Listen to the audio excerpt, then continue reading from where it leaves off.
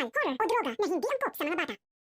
Halos masiraan ng ng bait itong si Dara dahil sa kakahanap ng paraan kung paano mahaharangan ang successful nitong si Jenny sapagkat hindi nga maamin ni Dara na kahit ilang beses nga siyang gumawa ng paraan para lamang mapabagsak ang mag-inang Minji at Jenny ay paulit-ulit pa rin itong bumabalik.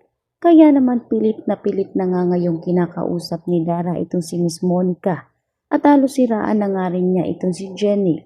Kaya naman itong si Miss Monica ay parang takot na rin dahil siguradong oras na bumalik nga si Jenny sa itaas ay siguradong hihina at babagsak itong Yumi. Sa kadahilanan na alam nitong si Miss Monica na nanggaling na nga si Jenny sa Yumi at tinanggal niya na ay patuloy pa rin ang pagbangon nitong si Jenny Sikat.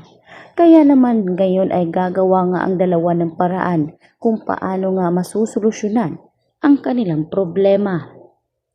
Samantalang halos mawala na nga rin ng pag-asa itong si Jenny matapos nga ang huling performance niya at mag-judge sa isang singing contest.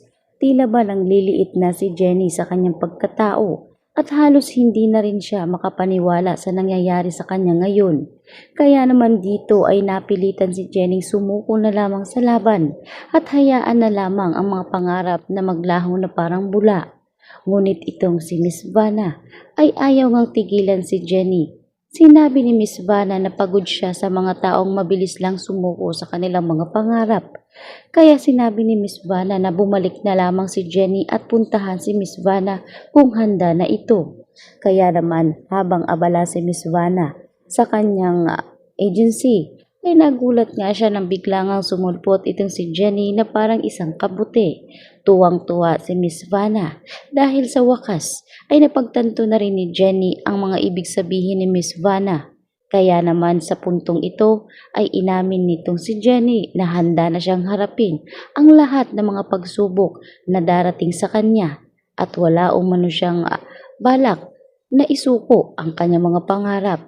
Ngayon ay dito na nga napilitan si Miss Vanna na tawagan ang kanyang asawa na itong si Fernando at ipakilala si Jenny bilang isa sa mga magagaling na hahawakan niya.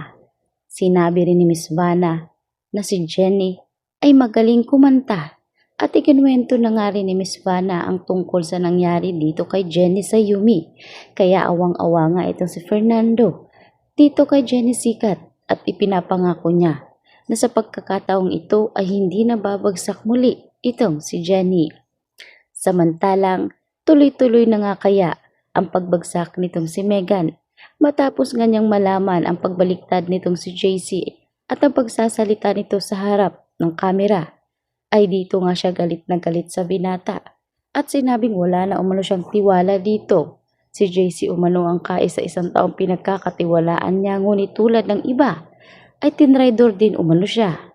Ngunit paulit-ulit ngang humihingi ng patawad itong si JC dahil nakokonsensya umano siya sa ginawa nila kay Jenny. Kaya naman agad ngang sinabi nitong si Megan na umalis na ito at wag nang magpakita. Kaya sa puntong ito ay galit na galit nga itong si Megan dahil nung nag-performs din sila ay para bang nang lumo rin ng ibang mga fans dahil na imbis ang steps ay para kay Yuna ay inagaw nga nitong si Megan. Kaya naman sila nagkakagulo sa steps ay dahil wala nga silang pagkakaisa dahil ang isip nga ng mga iilang miyembro ng Yumi ay naroroon kay Jenny. Hindi nila maiwasan na maging masaya dahil kahit anong pababagsak nitong si Megan kay Jenny ay patuloy pa rin ang pagbangon ng dalaga. Kaya naman galit na itong si Megan sa kanyang mga kasama dahil puro Jenny na lamang daw umano ang kanilang pinag-uusapan. Dapat umano ngayon ay pag-isipan nilang mabuti ang kanilang magiging performance dahil siguradong hindi magtatagal ay babagsak sila. Bagay na hindi nga raw matatanggap nitong si Megan. Ngunit nagkagulo na nga rin sila dahil itong si Megan ay paulit-ulit ngang binabanggit si Jenny at parang natutuwa pa ito sa pagbagsak ng kanilang kaibigan. Kaya dito nagkagulo silang lahat at nag-away-away na ang miyembro ng Yumi Group.